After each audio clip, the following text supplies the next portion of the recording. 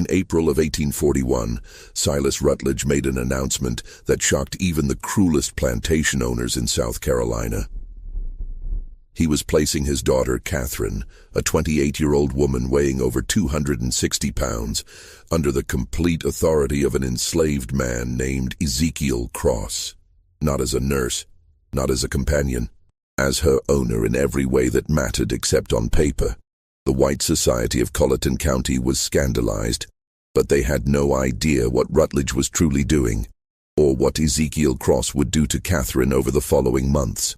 By November, Catherine's body had changed in ways no one could explain. 13 men were dead, and Cypress Grove Plantation was nothing but ash. What really happened between that enslaved man and the plantation owner's daughter? What did he do to her that terrified everyone who witnessed it? Before we uncover the disturbing truth, subscribe, hit that bell, and comment your state below. Now let me take you back to where it all began. Spring in Colleton County arrived with oppressive heat and humidity that made the air feel solid. The Combahee River moved slowly through the low country, its dark water reflecting Spanish moss that hung from live oak trees like funeral shrouds. Rice paddies stretched for miles, their flooded fields worked by hundreds of enslaved people who moved through water up to their knees from dawn until dusk. This was wealth built on suffering, prosperity extracted from human misery, all of it justified by men who convinced themselves that cruelty was simply the natural order of things. Cypress Grove Plantation sat on 800 acres of moderately productive land. Its owner, Silas Rutledge, was not quite part of the county's elite but desperately wanted to be. He owned 58 enslaved people, which made him wealthy by most standards, but barely qualified him as mid-tier in local society. The truly powerful families owned thousands of acres and hundreds of slaves. They summered in Charleston and sent their children to universities in the North. Their names carried weight that could open doors or destroy reputations with a single word. Silas had married Elizabeth Yancey in 1812, a union that brought moderate land holdings and a respected surname. Elizabeth had been a practical woman who kept meticulous records and seemed more interested in profit margins than social climbing. She died giving birth in 1813 to a daughter christened Catherine. For 28 years, Silas raised Catherine alone while focusing his energies on gaining entry to the inner circles of county power. He was a tall man, thin in the way of people who forget to eat when consumed by obsession. His hair had gone grey prematurely, giving him a severe appearance that matched his cold temperament. In business, he was known for being shrewd but honorable enough, the kind of man who would drive hard bargains but keep his word. His daughter Catherine had grown up isolated, educated by tutors, never quite belonging anywhere. By 1841, she was 28 years old and weighed nearly 260 pounds. Her body was swollen from years of medications prescribed by doctors who diagnosed her with hysteria and female nervous disorders. She suffered violent fits where she would scream and throw objects. She had attacked her father with a letter opener the previous year, leaving a scar across his left hand. The white society of Colleton County whispered about her with false sympathy. Poor Silas Rutledge, burdened with a mad daughter. What a shame. She had been such a pretty child. None of them knew the truth. None of them knew what Catherine had witnessed when she was 12 years old, or that her madness was not madness at all but a rational response to living with monsters. The letter arrived on April 7th, delivered by private courier. Silas opened it in his study expecting business correspondence. Instead, he found 3 pages on expensive paper sealed with red wax bearing a symbol he recognized immediately. A scythe crossed with wheat stalks, the mark of the brethren of the harvest. The brethren, 13 men who gathered in darkness to perform rituals they believed strengthened the land through blood sacrifice. They mixed old European traditions with beliefs borrowed from enslaved people who understood spirits and power. They believed the strong were meant to consume the weak, literally when necessary. Silas had been initiated in 1822. He had attended perhaps 40 gatherings over 19 years. participating in rituals that ranged from disturbing to monstrous. The letter informed him he was in debt. $12,000 borrowed over years of gambling losses and failed investments. An impossible sum. Repayment would require selling most of his land and all his slaves, destroying everything he had built. But the letter offered an alternative, a demonstration of commitment from members in difficult positions. Silas would take his daughter Catherine and place her under the complete authority of one of his enslaved men, not temporarily, not as punishment, as a genuine transfer of responsibility lasting 1 full year. The enslaved man would have total control over her person, her daily activities, her treatment. Silas would announce this publicly at a gathering of the county's prominent families, explaining it as an extreme medical measure for his daughter's condition. The humiliation would be absolute. In a society where white women were supposedly precious and protected above all others, Silas would be declaring his daughter worth less than his property. But if he agreed, his debt would be forgiven, and the brethren would provide financial support to restore his position. Silas sat in his study for hours that night. He thought about his options. Bankruptcy would destroy him completely.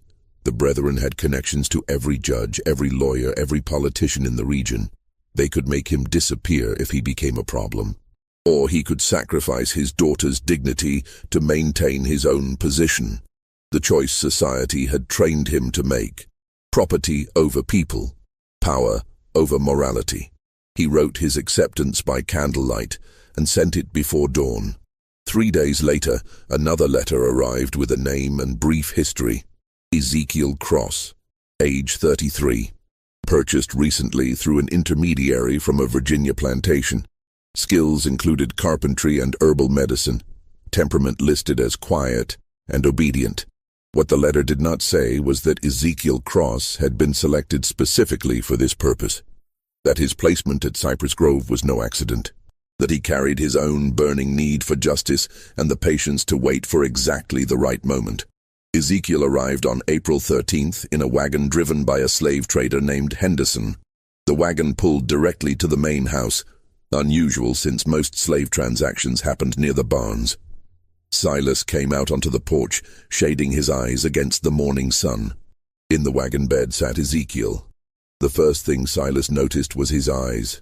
Most enslaved people kept their gaze down as a survival mechanism. But Ezekiel looked directly at Silas, his expression calm and assessing. It made Silas deeply uncomfortable.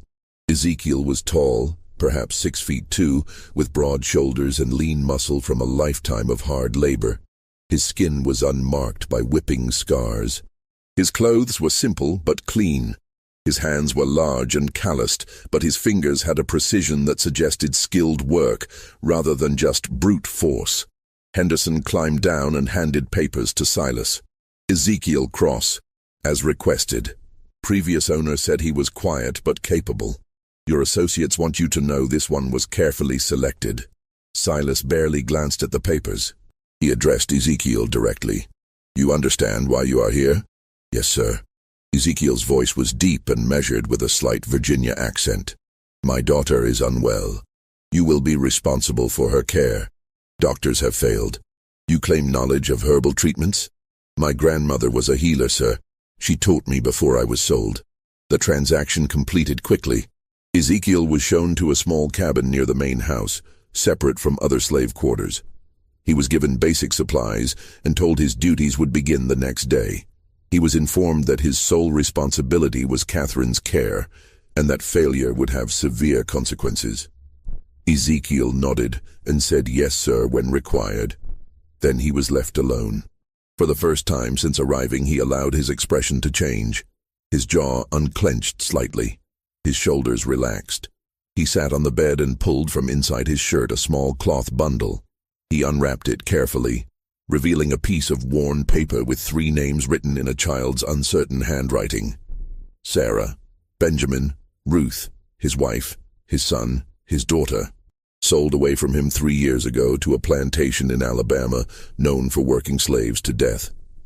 He had learned they all died within 18 months. Sarah from untreated fever. Benjamin from an injury that turned septic. Ruth from simply giving up. A 6-year-old child who stopped eating because she could not understand why her family had been torn apart. And Silas Rutledge had been the one to sell them. Not because he needed money, not because they had done anything wrong, but because he had been demonstrating to the brethren that he could make hard decisions without sentimentality. He had split a family like kindling for burning. Ezekiel had spent 2 years working his way south, deliberately getting sold from plantation to plantation, always gathering information. He learned about the brethren through whispers. He learned about their rituals and members. He learned they considered themselves above any consequence. When the opportunity came to be sold to Rutledge specifically, Ezekiel knew this was his chance. He would have access to Rutledge's house, to his secrets, to his vulnerabilities. And sometimes justice came not from courts or laws, but from patience and planning, and being willing to become exactly as monstrous as necessary. He folded the paper with the 3 names and tucked it away. Then he lay back and stared at the ceiling and began planning what came next. His first day began on April 14th. A house slave named Judith, middle-aged with graying hair, brought him to Catherine's room on the 2nd floor. She knocked reluctantly. "Miss Catherine, your father has brought someone to help with your treatments." A crash from inside, something heavy hitting the wall. Then Catherine's voice, slurred but venomous. "I do not want more treatments." "Send him away." Judith looked at Ezekiel with sympathy. "She has bad days. This is one." Ezekiel opened the door and stepped inside, closing it before Judith could follow. The room was large but dark, heavy curtains drawn. The air was stale, smelling of unwashed bedding and something else, the sweet rot smell of mercury. Books scattered across the floor, a shattered picture against the wall. Clothes everywhere. Catherine sat in a chair by the cold fireplace, wrapped in a stained dressing gown. Her dark hair hung loose and tangled. Her face was puffy, eyes unfocused. Her hands trembled continuously on the chair arms. She looked at Ezekiel with confusion, then fear, then anger. "Who are you?" I said. "No more doctors." "I am not a doctor, miss. My name is Ezekiel. Your father asked me to help you." "Help?" She laughed harshly. "That is what they all say. Help, treatment, medicine. They mean poison. They mean chains. They mean silence." She stood suddenly, swaying. "I know what this is. He is punishing me again, for remembering, for speaking, for refusing to forget." Ezekiel stood still, non-threatening. "What are you supposed to forget?" The question caught her off guard. Her anger flickered to something more vulnerable. "You do not know?" "I know nothing, miss. Only that your father says you are unwell." Catherine studied him intently, as if really seeing him for the first time. "You are not from here." "Virginia originally, miss." "Do you know what happens in this house? What they do in the cellar?" Ezekiel's pulse quickened, but he kept his expression neutral. "I do not know what you mean." "Liar. No heat in it. Just exhaustion. Everyone lies. It is easier than truth." She sat heavily. "Leave me alone. Tell my father his newest torment failed." But Ezekiel moved to the window and drew open the curtains. Sunlight flooded in. Catherine cried out, covering her eyes. "When did you last go outside, miss?" "I cannot walk that far. I'm too weak." "When did you last eat without laudanum in it?" "The medicine is necessary. Doctors say so." "What if the doctors are wrong?" Her hands came down from her eyes. She stared at him with hope and terror mixed. "What did you say?" Ezekiel turned from the window. This was the moment. The first card played. "I said, what if the doctors are wrong? What if everything you have been told about your condition is designed not to help you, but to keep you controllable? What if your father has been poisoning you for years to ensure you never become well enough to speak about what you saw?" Absolute silence. Catherine's eyes went wide. Her trembling hands stilled. For 30 seconds she just sat there, her mind working. When she spoke, her voice was different, clearer. "He told you." "Your father told me nothing, miss. But I have eyes. I know mercury poisoning. I know long-term laudanum use. Healthy women do not become like this without someone working hard to make them that way. Why would you say this? Suspicion crept back. This is a trick. You are testing me. I am telling you I can help you become truly well, clear-minded, strong enough to walk out of this room. But it will not be easy. Your body has been dependent on those medicines for years. Stopping will be painful. You will feel worse before better, and your father will not approve. Then why would you do it? Ezekiel met her eyes. Because I have my own reasons for wanting Silas Rutledge to suffer, and the best way to make him suffer is to give him back a daughter who is sane enough to remember everything and strong enough to speak about it. The truth. Dangerous to speak so plainly. But Catherine was damaged, not stupid. She would see through manipulation, but genuine common cause that she might believe. You want revenge on my father? Yes, miss. What did he do to you? He sold my family, my wife and 2 children. Sent them to their deaths for no reason except to prove something to people who judge worth by cruelty. Catherine absorbed this, then nodded slowly. The brethren. He sold them for the brethren. Not a question. The brethren, miss? You do not know? She laughed, something manic in it. You will learn. Everyone learns eventually. She leaned forward. If I agree, if I let you help me, what happens then? You get well, miss, and when you are well, we decide what to do next. We? I have my revenge to plan. You have yours. Perhaps they align. Catherine studied him intently. Finally she spoke. I want them all dead. My father, Judge Pelham, Reverend Crenshaw. All of them. Every man who stood in that cellar. I want them to suffer first, to know it is coming, to beg. Then I want them dead. The venom was shocking. Not for its intensity, but because it came from someone dismissed as mad and harmless. This was not madness. This was rage, concentrated by years of suppression. Ezekiel nodded. Then we have an understanding, miss. Catherine, if we are conspirators, use my name. I cannot, miss. Not where anyone might hear. We must be careful. Then know something, Ezekiel. Catherine's eyes glittered dangerously. I have killed before. 3 people. House slaves who might have told my father about my lucid moments. I cannot remember exactly how. The laudanum blurs everything. But I know I did it. They disappeared. Their families were told they ran away. She smiled terribly. So if you plan to betray me, to use me then dispose of me, know that I am not a victim. I am something worse. Ice ran down Ezekiel's spine. He had expected an ally, not someone whose capacity for violence might exceed his own, but he kept steady. I believe you, miss, and I will not betray you. Good. Catherine stood more steadily. Then let us begin. But I have one condition. When this is over, when we have had our revenge, I want to die. I do not want to live with what I have seen and done. You will help me with that too. Agreed? Ezekiel had not expected that, but he was committed now. Agreed. Then we have a deal. Catherine extended her hand. After hesitation, Ezekiel shook it. Her grip was stronger than expected. Over the following week, Ezekiel began Catherine's treatment. He gradually reduced her laudanum, replacing some with herbal tinctures. Valerian root for anxiety and sleep. Chamomile for digestive distress. Milk thistle to help her liver process accumulated toxins. The process was brutal. Catherine spent 3 days in bed with fever, shaking and vomiting. Ezekiel stayed with her through it, holding a basin while she was sick, wiping her face with cool cloths, speaking quietly just to remind her she was not alone. When the worst passed, she was weak but clearer than she had been in years. The constant tremor decreased. Her speech was less slurred. She could focus on reading.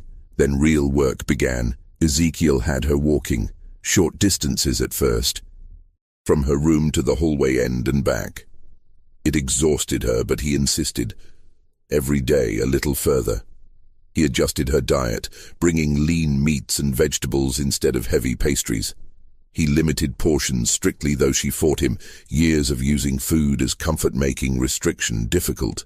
While working on her physical recovery, they talked. Catherine told him about the cellar, about what she saw at 12. She described it in detail that made Ezekiel's stomach turn, but he listened without interruption. She told him about years of gaslighting that followed, her father convincing everyone, including herself, that she was mad, that she invented memories, that nothing she said could be trusted.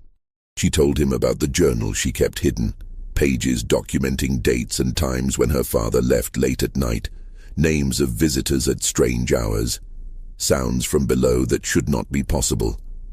Ezekiel told her about his family, about Sarah, who sang while working and taught their children to read despite the danger, about Benjamin, who at 8 could do mathematics that amazed overseers, about Ruth, who loved flowers and picked wild blooms to make their cabin beautiful. He told her how Silas came to the Virginia plantation with a buyer's warrant, how he inspected them like livestock, how he agreed to purchase all 3 for reasonable price, then changed terms at the last moment, saying he only needed the woman and children, not Ezekiel. How he deliberately split the family for no practical reason but simply because he could. He smiled when he did it. Ezekiel said quietly, "That is what I remember most.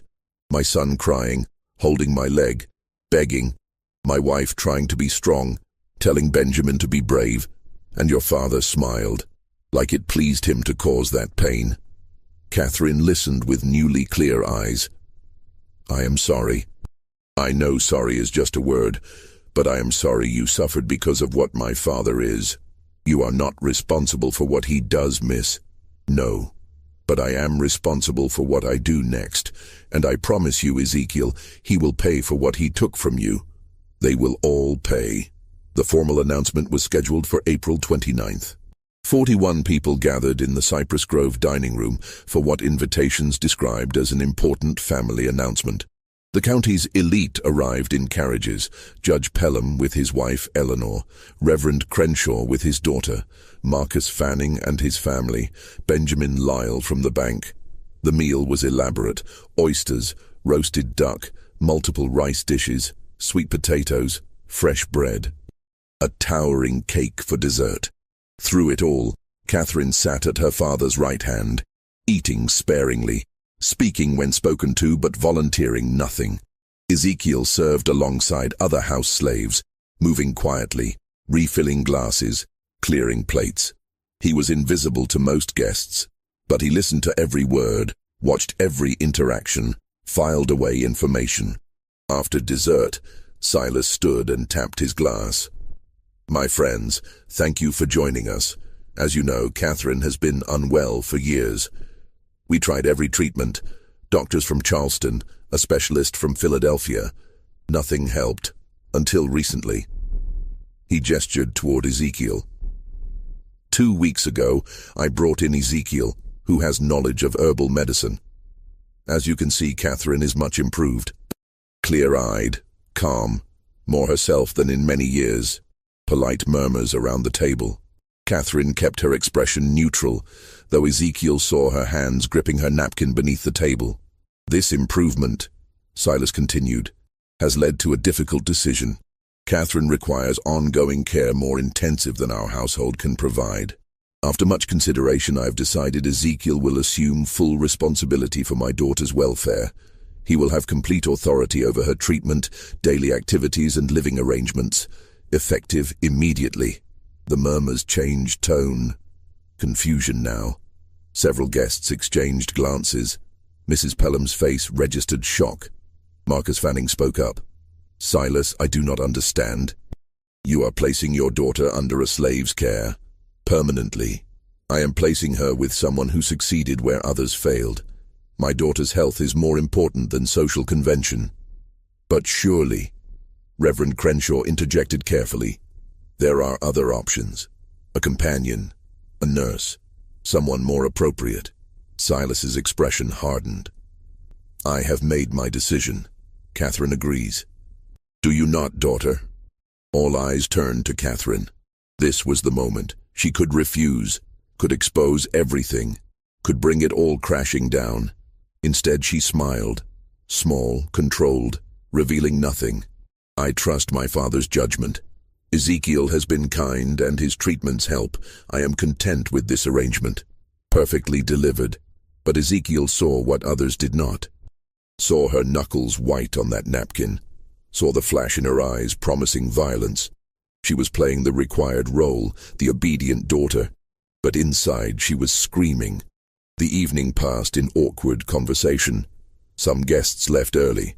Others stayed to speak with Silas privately, asking questions they did not want public. Ezekiel caught fragments. "Are you certain this is wise? What will people say?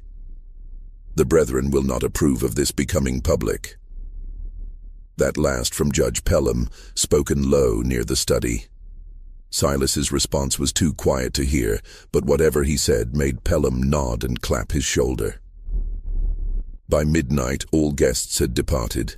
Catherine retired to her room. Silas went to his study. Ezekiel helped with cleanup, then made his way upstairs. He knocked softly on Catherine's door. "Come in." She sat by the window, still in her dinner dress, looking out at dark grounds. She did not turn. "It is done then. I am officially your responsibility. Property of property. How absurd. How are you feeling, miss? I want to burn this house down with everyone in it, but we must be patient. Is that not what you tell me?" "Yes, miss." I agreed because I want them to feel secure. I want them to think this is just my father's eccentricity. I want them to forget about me while we work. She turned to look at him. Did you see their faces? The disgust, the pity. They think I am pathetic. They have no idea what we are planning. And what exactly are we planning, miss? Catherine moved to her dresser and pulled out a wooden box. Inside were papers covered in her handwriting. I have been documenting everything I remember for years. Dates, names, ritual descriptions, coded so it looks like nonsense if found. But I can decode it. We have enough to destroy 20 men. And will anyone believe us, miss? A woman recently recovered from madness and an enslaved man? No. Which is why we need proof they cannot dismiss. Real physical evidence. She pulled out one specific page. I know where they keep their records. The Brethren maintains a ledger of all activities. Every ritual, every sacrifice, every member's participation. It ensures everyone is equally guilty. My father mentioned it years ago before he realized I would remember. Where is this ledger? In the cellar. There is a hidden room beyond the main chamber. I never saw inside, but I heard them talk about it. That is where they keep everything they cannot afford to lose. Ezekiel felt excitement mixed with dread. Such a ledger would be devastating evidence, but getting it meant going into the heart of the Brethren's domain. We would need to access it when the house is quiet. My father travels to Charleston monthly for business. The next trip is May 14th. He will be gone 3 days. That gives us 2 weeks to prepare. We need the cellar layout, every room, every hiding place. I can help. I've been thinking about this for 16 years. I know exactly what needs to happen. They spent an hour going over details, speaking in whispers. Catherine sketched the cellar layout from memory. Ezekiel asked about guards, keys, slave schedules. When he left her room, it was nearly 2 in the morning. He made his way to his small room, mind racing. He was fully committed now to conspiracy with a woman who was brilliant and damaged and frightening. He pulled out the paper with his family's names and looked at it by candlelight. I am doing this for you, for Sarah, for Benjamin, for Ruth, for every person who suffered because men like Silas Rutledge believe power gives them the right to destroy lives. He blew out the candle and lay in darkness, listening to the house settle. Somewhere below, in a cellar he had never seen, were secrets that could tear apart South Carolina's most powerful families. In 2 weeks he would go down there to find them. The 2 weeks passed with deceptive calm. Catherine continued improving. Her weight dropped. Her mind stayed sharp. She walked further each day. More importantly, she was translating sections of her coded journals for Ezekiel, filling in details about the Brethren that made his blood run cold. The Brethren was not unique to Colleton County. It was part of a larger network across the South. Connected societies in Charleston, Savannah, New Orleans, Richmond. Different names, but always the same structure. Wealthy men who believed their power derived from ancient practices of dominance and sacrifice. They believed they continued traditions going back thousands of years, Catherine explained one afternoon. European mystery cults mixed with things learned from enslaved people. They twisted it into something monstrous.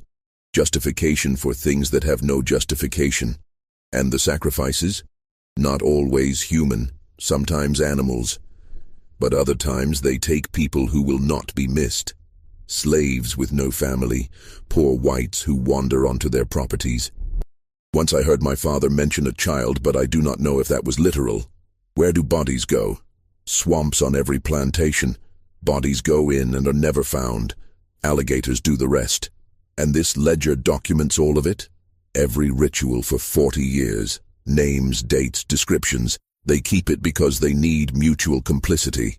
Everyone equally guilty so no one can expose the others without destroying themselves. May 14th arrived. Silas left for Charleston early morning, taking his carriage and manservant. He would stay with associates, attend to business. Expected back evening of May 16th. That gave them almost 3 full days. They waited until nightfall before moving. The house settled into evening routine. By 10, the main house was silent. They met in Catherine's room.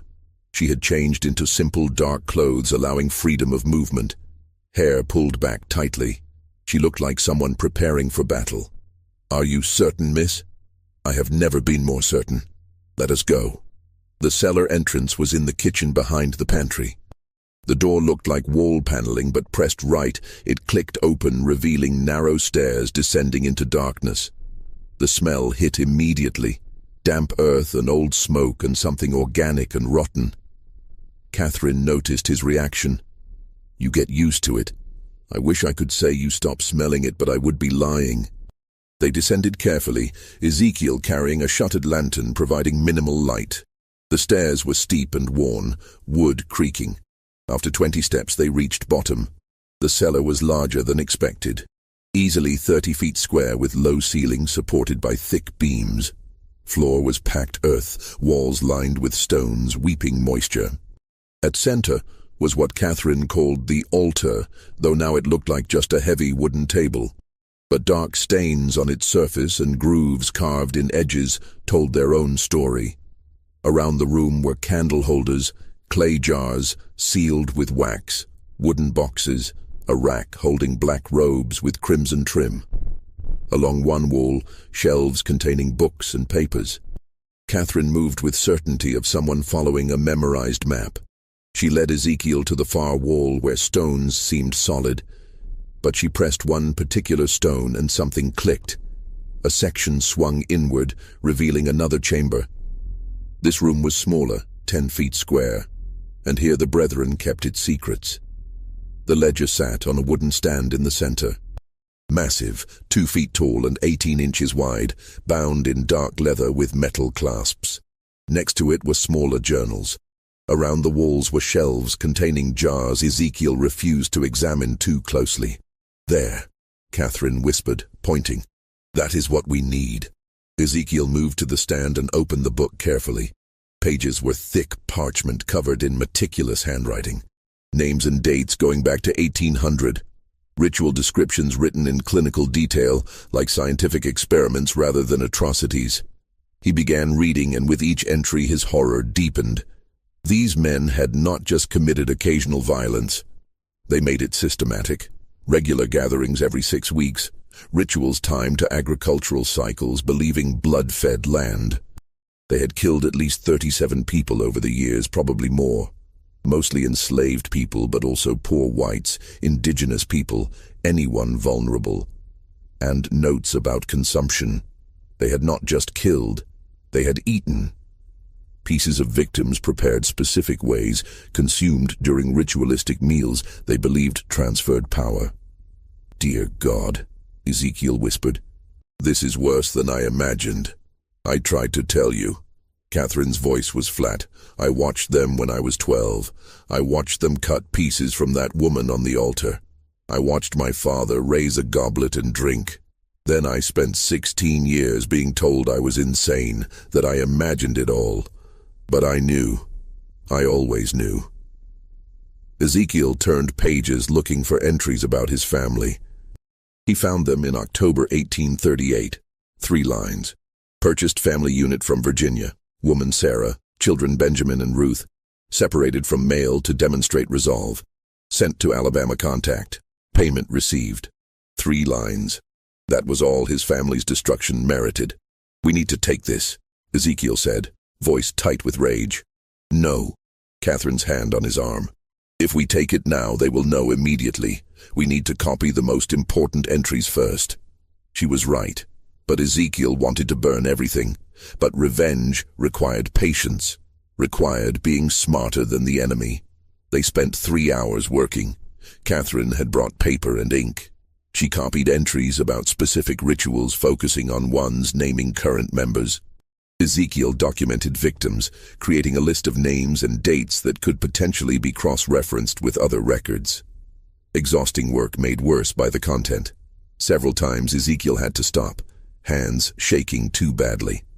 Once Catherine left the chamber entirely, overcome by memories. But slowly, methodically they built their case. Page after page of evidence. They were so focused, neither heard footsteps on the cellar stairs. First indication something was wrong was when light flared in the outer chamber, lantern light much brighter than their single lamp. Ezekiel looked up sharply, blood going cold. Silas Rutledge stood in the doorway flanked by 2 other men. Behind them, at least 4 more figures in the main cellar. I must admit, Silas said calmly, I am impressed. I did not think you would find the inner chamber. Catherine stood slowly, placing herself between her father and Ezekiel. You were supposed to be in Charleston. I was supposed to be, but I never trusted your miraculous recovery. So I made arrangements. I left this morning, yes. But I returned this afternoon and watched the house all evening waiting to see what you would do. He stepped into the chamber, the 2 men blocking the exit. Did you really think I would not anticipate this? That I would not prepare for the possibility you might remember, might seek revenge? You have been poisoning me for 16 years. Catherine's voice steady despite everything. And you expect me to simply accept that? I expect you to understand it was necessary. You saw something you should not have. A child. You could not understand. I could not allow you to destroy everything. I was 12, and I watched you murder a woman and eat her flesh. That was not fear, Father. That was a reasonable response to witnessing evil. Evil. Such a simple word. Silas moved further into the room, eyes moving between Catherine and Ezekiel. And you. Using my daughter to get to me, filling her head with ideas of revenge. Ezekiel said nothing, calculating distances and odds. 7 men against 1, with Catherine in no condition to fight. The situation looked hopeless. Silas seemed to read his thoughts. Do not do anything foolish. I do not want to hurt either of you. Not permanently. But I cannot have this rebellion continuing. He gestured to the men behind him. Bring them upstairs. We need to discuss what happens next. They were taken to Silas's study and locked inside together. The room was windowless except for 1 high transom impossible to reach. The door was heavy oak, locked from outside. As soon as they were alone, Catherine moved to Ezekiel. Are you hurt? No, miss. But we are in serious trouble. Yes, but not as much as you think. She pulled something from inside her dress. The papers they had been copying. I managed to keep these. He did not search me, too confident. That will not help if we are dead. We are not going to die, not tonight. Catherine's eyes were calculating. My father will want to resolve this without killing me if possible. I am still his daughter, his blood. That gives us leverage.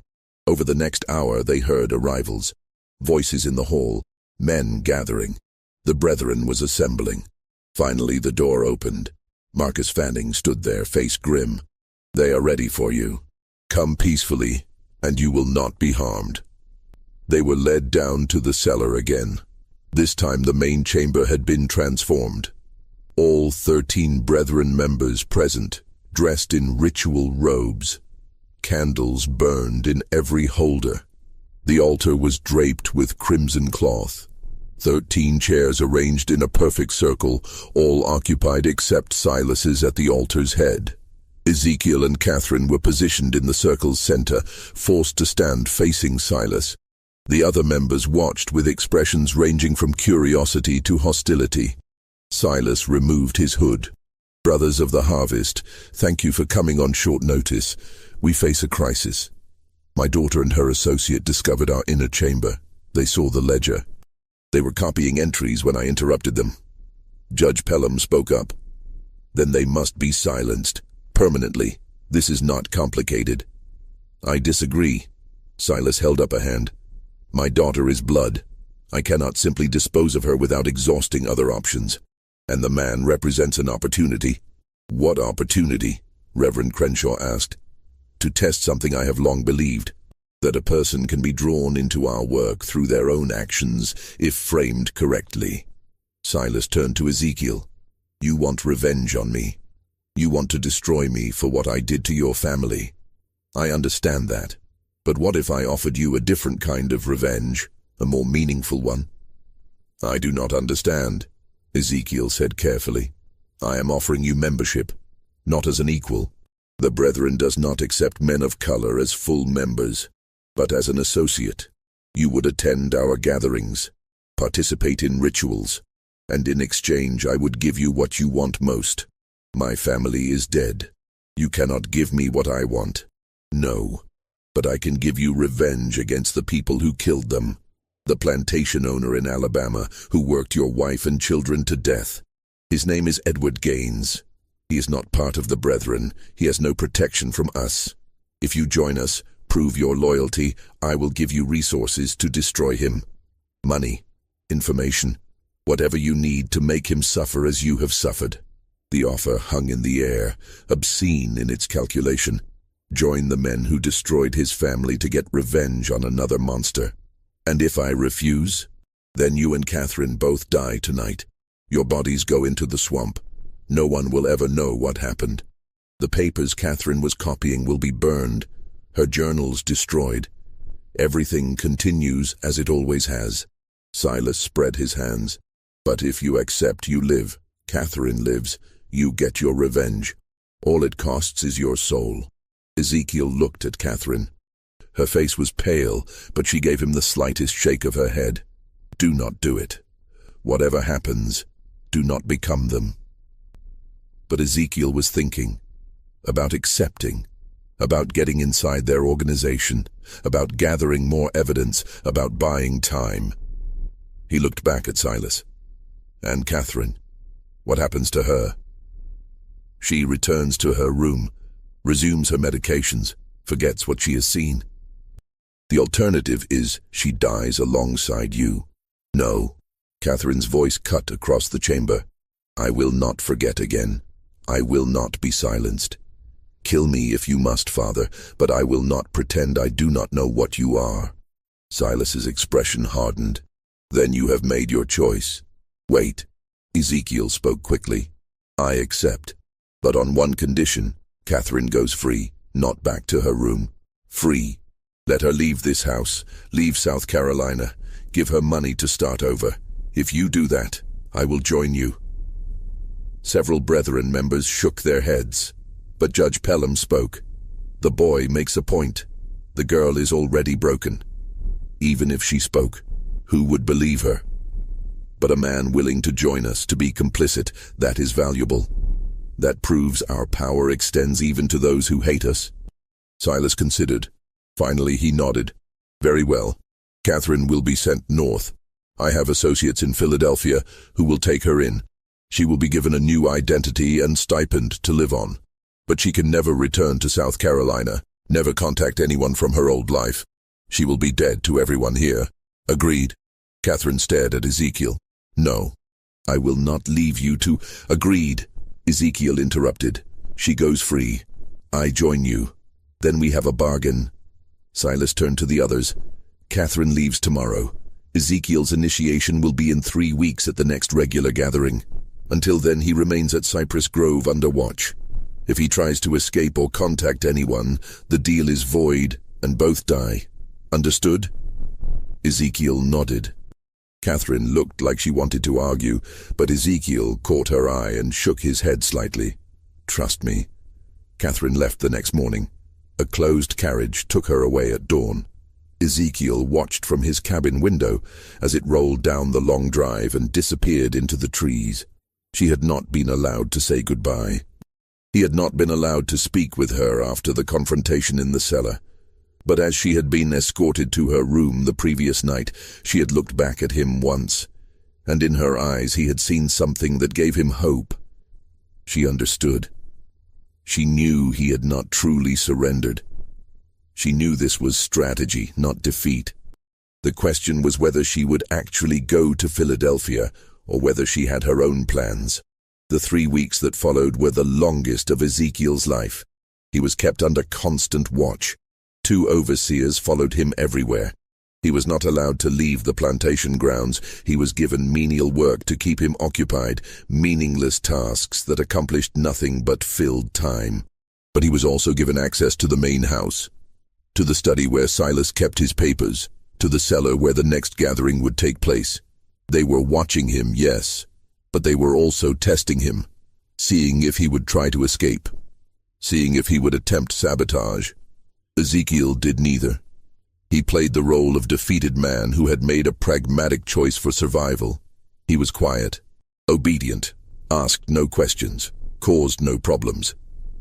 But he was observing everything, learning the routines of the house, noting which slaves could be trusted, which overseers were cruel, which brethren members visited regularly. He was building a mental map of how everything worked, looking for weaknesses. And at night, alone in his cabin, he thought about what was coming. His initiation would require participation in their rituals. They would test him. They would want to make him complicit in something horrible, so he could never expose them without destroying himself. He thought about how far he was willing to go, what lines he would not cross, even for revenge, whether there was any act so terrible that justice did not justify it. He did not have good answers to those questions. On June 2nd, the night before his initiation, Silas came to his cabin. It was late, after midnight. Ezekiel woke to knocking and opened the door to find his owner standing there alone. "May I come in?" Ezekiel stepped aside. Silas entered and looked around the sparse room. Finally he spoke. "Tomorrow you will become one of us. Not fully, never fully, but enough. I want you to understand what that means. I understand what I agreed to. Do you? Do you truly?" Silas sat on the single chair, uninvited. "The Brethren has existed for 43 years. In that time we have never lost a member to exposure. Never had someone break our code of silence. Do you know why? Because everyone is equally guilty. Partly. But also because we take care of each other. A man joins the Brethren and suddenly doors open. Business opportunities appear. Legal problems disappear. Enemies find themselves in difficulty. We are not just a society, Ezekiel. We are a network of power that extends across the entire South. Once you are part of that network, even as an associate, you will have access to resources you cannot imagine. And in exchange, I help you murder people." Silas did not flinch. "In exchange, you help us maintain the natural order, the strong over the weak, the powerful over the powerless. That is how the world has always worked. We simply acknowledge it and use it to our advantage. You killed my family to demonstrate your commitment to that order. I did, and I would do it again, because sentiment is weakness. Love is weakness. The moment you allow yourself to care more about individuals than about power, you have already lost." Silas leaned forward. "But here is what I want you to understand. Your family is dead. Nothing you do will change that. But you can ensure their deaths meant something. You can use the power the Brethren offers to prevent other families from suffering the same fate. You can work from inside our organization to make changes, to push for less brutal treatment of slaves, to advocate for better conditions. You will have a voice at our table that is worth something." It was almost convincing. almost. The idea that Ezekiel could become some kind of reformer from within, using his position to help others. But he knew it was a trap, a rationalization. The moment he participated in their rituals, he would be compromised. The moment he accepted their power, he would be corrupted by it. "Why are you telling me this?" Ezekiel asked. "Because I want you to succeed. Because having you as an ally is more valuable than having you as an enemy. Because I killed your family, but I do not want to kill you." Silas stood. "Tomorrow night, you will be asked to do something difficult, something that will test whether you truly commit to this path. I am telling you now, whatever you are asked to do it. Do not hesitate. Do not show weakness. Because if you fail the test, both you and Catherine die. Yes, I know she is not really in Philadelphia. I know she is hiding somewhere planning her own revenge. But I have people watching for her. The moment she surfaces, if you have not proven yourself, she will be found and killed. Do you understand?" Ice flooded through Ezekiel. Catherine was alive, but she was in danger, and his actions tomorrow would determine whether she lived or died. "I understand," he said quietly. Silas nodded and left without another word. Ezekiel sat alone in the dark cabin, thinking about the impossible position he was in. He had to participate in something monstrous tomorrow, had to prove himself to monsters, had to become complicit in evil, or he had to find another way. A third option that neither Silas nor the brethren anticipated. He pulled out the paper with his family's names, looked at them in the moonlight coming through the window. "Forgive me," he whispered, "for what I'm about to do, for what I have to become. I promise you it will not be for nothing." The gathering began at midnight on June 3rd. Ezekiel was brought to the cellar by 2 brethren members who stripped him to the waist and tied his hands behind his back. They led him down the stairs into the candlelit chamber where all 13 members waited in their robes. Silas stood at the altar's head. "Brothers of the harvest, tonight we conduct an initiation unlike any in our history. We bring into our circle a man who has every reason to hate us, a man who has lost everything because of what we represent. We do this to prove that our power extends even to our enemies, that anyone can be brought into the fold if the price is right." He gestured, and 2 more brethren members brought forward a figure, bound and gagged, struggling weakly. They placed the person on the altar and stepped back. It was a young woman, enslaved, maybe 18 or 19 years old, terrified. "This is your test, Ezekiel," Silas said. "To join us, you must participate in our ritual. You must take the knife and make the first cut.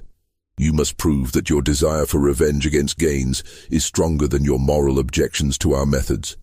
If you refuse, you die here tonight.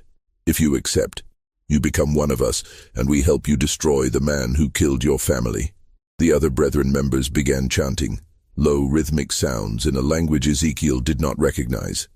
The candles flickered. Shadows danced on the walls. Silas held out a knife.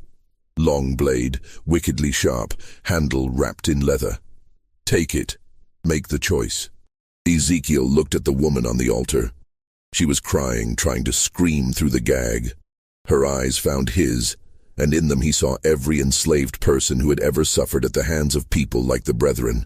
He saw Sarah, Benjamin, Ruth. He saw himself. He looked at the knife, at Silas, at the 13 men watching to see what he would do. This was the moment. The point where he would either become a monster or die resisting. But there was a third option, one he had been planning for 3 weeks, one that required perfect timing and absolute commitment. He took the knife. The brethren members nodded approvingly. Silas smiled. The chanting increased in intensity. Ezekiel stepped toward the altar. The woman's eyes went wide with terror. He raised the knife, and then he moved, not toward the woman, toward the nearest brethren member. The knife flashed in the candlelight and buried itself in the man's throat before anyone could react. Blood sprayed. The man collapsed. Ezekiel grabbed the fallen member's robe, pulling it off in one motion. He threw it over the nearest candles, plunging half the room into darkness. Chaos erupted. He moved through the confusion like violence incarnate, years of rage focused into action. He grabbed another man, using him as a shield as someone swung at him, threw the body into two more members, tangling them, kicked out at a knee, heard bone crack, grabbed a candle holder and smashed it into a face. The brethren were powerful men, but they were not fighters. They were soft, privileged, used to others doing violence for them. Ezekiel was none of those things. He fought toward the altar where the woman lay, grabbed her, cut her bonds with the knife he had somehow kept hold of. "Run!" he shouted. "Up the stairs! Run!" She scrambled off the altar and fled. Ezekiel turned back to face the remaining brethren members, 7 of them still standing, blocking the stairs. "You have made a terrible mistake," Silas said, his voice steady despite the carnage. "You have killed yourself and Catherine both." "Maybe," Ezekiel said, "but I will take as many of you with me as I can." What he did not know was that above them, in the main house, Catherine had returned. She had never gone to Philadelphia. She had been hiding in the slave quarters, waiting, planning, gathering allies among the enslaved people of Cypress Grove. And when she heard the commotion from the cellar, when she saw the young woman burst from the kitchen screaming, she knew it was time. The reckoning. Catherine had spent 3 weeks recruiting. She had moved from plantation to plantation under cover of darkness, speaking to enslaved people she had known her whole life, people who had watched her grow up, who had suffered under her father's ownership. She told them about the brethren, about the cellar, about the rituals, and she told them that tonight was the night they could end it. 23 people came. Men and women who had nothing left to lose, who had lost children to the brethren's rituals, who had watched friends disappear into the swamps, who had endured decades of brutality from men who believed themselves untouchable. They came armed with tools from the fields, axes, scythes, hammers. They came with rage that had been building for generations. When the young woman burst from the cellar, Catherine led them down. The brethren members, still trying to subdue Ezekiel, did not hear them coming until it was too late. The enslaved people flooded into the cellar like a tide. There was no mercy in what followed, no hesitation.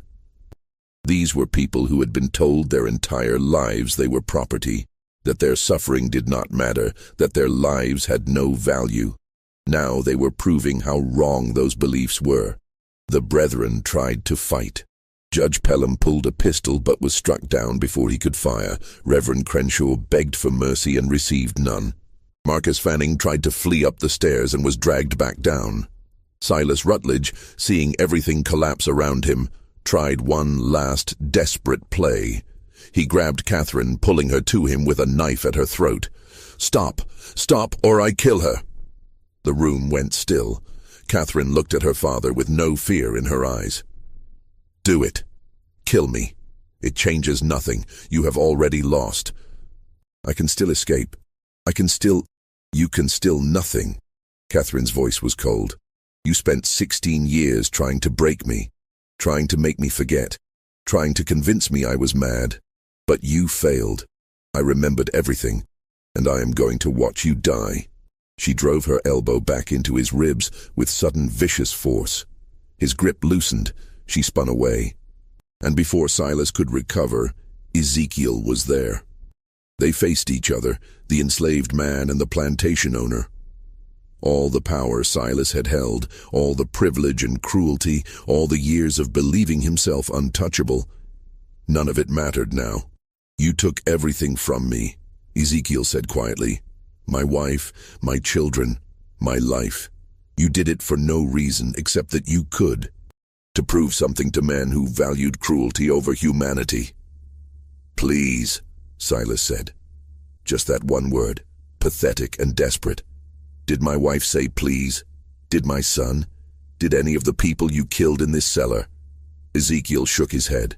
"No mercy. Not for you. Not ever." What happened next was brutal and final. The enslaved people made sure none of the brethren survived. 13 men who had believed themselves above consequence learned in their final moments that power was an illusion. That cruelty always came home eventually. When it was over, Catherine stood in the center of the cellar, surrounded by bodies. She was shaking, not from fear but from release. 16 years of rage finally given outlet. Ezekiel came to her. "Are you hurt?"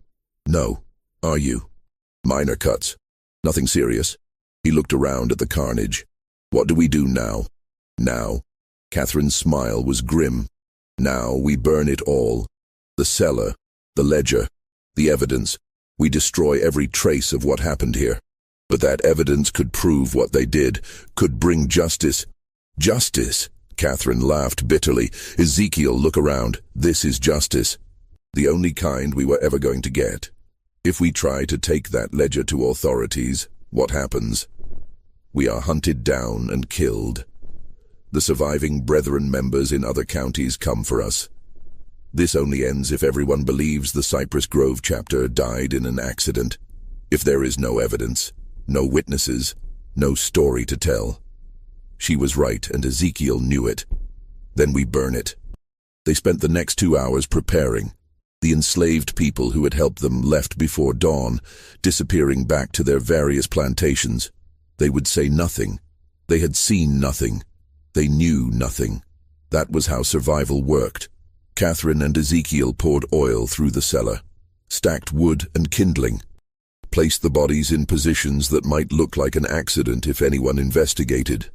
Then they took the ledger and all the journals and placed them in the center of the altar. "Wait," Ezekiel said. He opened the ledger one last time and found the entries about his family. He carefully tore out those pages and folded them, placing them inside his shirt. "For them. So they are not forgotten." Catherine nodded. Then she took a candle and held it to the oil-soaked wood. The fire caught immediately. Within minutes the cellar was ablaze. They fled up the stairs and out of the house, stood in the yard watching as flames engulfed Cypress Grove Plantation. People would come. Other plantations would see the smoke. There would be questions. But Catherine and Ezekiel had their story prepared. A terrible accident. A candle knocked over in the cellar. The master and his guests trapped below. So tragic. So terrible. No one would ever know the truth. As the sun rose over the burning ruins, Catherine turned to Ezekiel. "What will you do now?" "Go north. Use the chaos of this fire to disappear. Maybe find others who want to fight. To create a network that can help people escape." He pulled out the paper with his family's names. "I cannot bring them back, but I can make sure others do not suffer the same fate. And I will go north as well. Use the money I have been stealing from my father's accounts for years. Start over." She paused. "But I will not forget. I will document everything that happened here. I will write it all down so that someday, somehow, someone knows the truth. They sealed the records. They will seal your testimony too if you try to make it public. Then I will hide it. I will code it. I will leave it somewhere to be found decades from now when we are all dead and it cannot hurt us anymore." She looked at the burning house. The truth has a way of surfacing eventually. Even when people try to bury it.